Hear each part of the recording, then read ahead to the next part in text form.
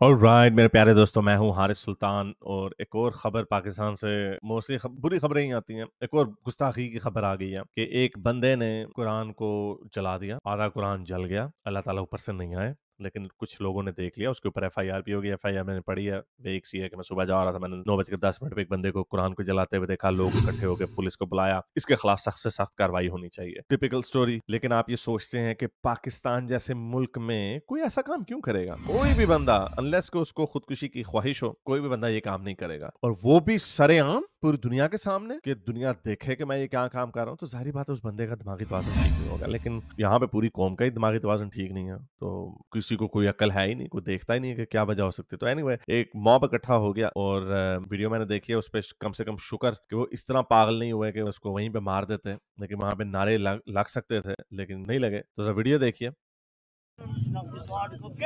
ये बंदा देखने से आपको लग रहा है कि ये बिल्कुल ठीक होगा या कोई बर्गर बच्चा होगा? ये बेचारा कोई गरीब आदमी है, ऑब्वियसली अपनी एडवांस स्टेज में है। पता नहीं इसके जहन में क्या हो रहा होगा। इसको बेचारे को कोई सपोर्ट देनी चाहिए, हेल्थ, मेंटल हेल्थ की सपोर्ट देनी चाहिए, और इन्होंने अब उसको जेल में साड़ के मार देना। के पास है बॉस के साथ किसको दिया? तुम कौन हो, किधर रहते हो? बड़ा चौक पे कौन सी जगह रहते हैं तुम? पीछे कौन सी जगह? नाम क्या है? ये बोलो। एक मिनट, तुम्हारा क्या नाम है? पेट्रोल लाओ, पेट्रोल है साहब। फांसी दे। तुम्हारा क्या नाम है? फांसी दे दो। अब देखो, एक बंदा कह रहा है पेट्रोल लाओ, इसको भी एक बंदे ने कहने की कोशिश की है, उकसाने की कोशिश की है, दूसरे ने कहा इसको फांसी दे दो। आधा जल भी गया है। आप मुसलमान हो? किस तरह मुसलमान? तो बहरहाल ये तो इस बंदे का वाकया, और भी वीडियोस होंगी, मेरी नजर से नहीं गुजरी। लेकिन इसके साथ साथ उससे एक हफ्ता पहले, ये इसके ऊपर मैंने कवर नहीं किया था, कि केपी में एक टीचर के ऊपर इल्जाम लगा कि उसने भी गुस्ताखी की है रसूल अल्लाह की। तो सुनिए, हमारे जो मौलवी हैं, मौलवी इनको कोई काम नहीं, दुनिया का कोई काम नहीं इनको, बस ये गुस्ताखियों के सर्टिफिकेट बांटते रहना। वो क्या डिमांड कर रहे हैं इस टीचर के बारे में? तौबा के सज़ा की तौबा के हवाले से हम तमाम उलमाए किराम जामा बेनौरी टाउन के फतवे, जो कि फ़ैसले के साथ लफ़ है, का मुकम्मल तईद करते हैं। नीज़ इस हवाले से पाकिस्तान का आइन 295 मौजूद है। गुस्ताखी गुस्ताखी रसूल नाकाबिल माफ़ी जुर्म है और इसकी सज़ा बतौर हद कत्ल है। इसलिए हालिया केस जो कि आरिफुल्लाह नामी शख्स के ख़िलाफ़ चल रहा है, हकूमत फिलपोर सज़ा नाफिज करे। दगे होटोले तईद है इंशाअल्लाह। नंबर 2, आलमी मजलिस तहफ़्फ़ुज़ ख़त्म नबूवत एक कानूनी और पुरअमन जमात है। किसी शख्स को कानून हाथ में लेने की इजाज़त नहीं देती।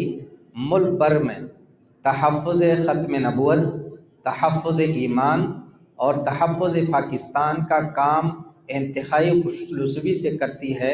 लिहाजा तमाम उलमाए किराम अवामुन्नास के जज्बात को कंट्रोल में रख के और ख़त्म नबूवत के हवाले से प्रोग्रामात मुनाकिद करके लोगों को अक़ीदा ख़त्म नबूवत से रोशनास करें। ये एंड में जो धमकी देते हैं कि हमने लोगों को संभाल के रखा हुआ है, लोगों के जज्बात, पहले उन्हीं के जज्बात को उभारते हैं और फिर बाद में उसके बाद कहते हैं कि हमने हमने इनको संभाल के रखा हुआ है, अपनी इंपॉर्टेंस भी डाल देते हैं। तो बहरहाल ये इस टीचर के खिलाफ इन्होंने, उधर भी केपीके में भी ये केस हुआ कि उसने कोई गुस्ताखी कर दिया रसूल अल्लाह के खिलाफ।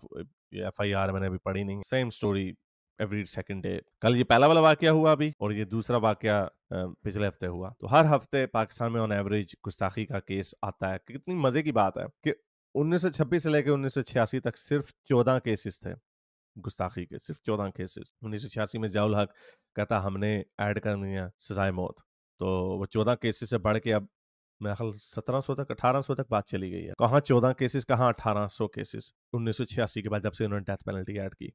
कितनी मजे की बात। इससे दो नतीजे निकलते हैं, या तो आपने चूंकि ये डेथ पेनल्टी डाली है इस वजह से लोगों ने गुस्ताखी ज्यादा करनी शुरू कर दी, या फिर इससे पहले भी लोग गुस्ताखी करते थे लेकिन उसको लोग गुस्ताखी तस्वुर नहीं करते थे। इन बोथ केसेस इससे साबित होता है कि जो आपका नतीजा था, जो आपका मकसद था, जाहिर बात है आपने डेथ पेनल्टी इसलिए ऐड की ना ताकि लोग गुस्ताखी ना करें, तो अब तो लोग गुस्ताखी ज्यादा कर रहे हैं, तो उससे तो आपका मकसद नाकाम हो गया। तो फिर फायदा क्या हुआ?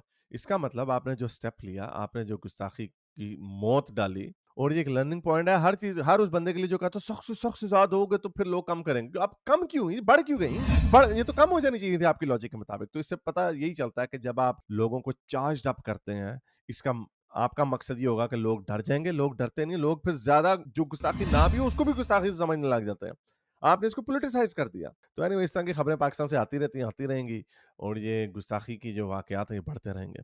उम्मीद करता हूँ आज की वीडियो आपको पसंद आई होगी। उसके साथ साथ लाइक करें, शेयर करें, नीचे कमेंट्स में अपने ख्यालात का इजहार जरूर करें। अब तक के लिए इतना ही, अगली वीडियो तक साइंस हाफिज। अगर आपको मेरी ये वीडियो अच्छी लगी तो मेरे चैनल के मेंबर बनिए, पेट्रन बनिए, या फिर आप मुझे बाय मी या कॉफी में भी सपोर्ट कर सकते हैं।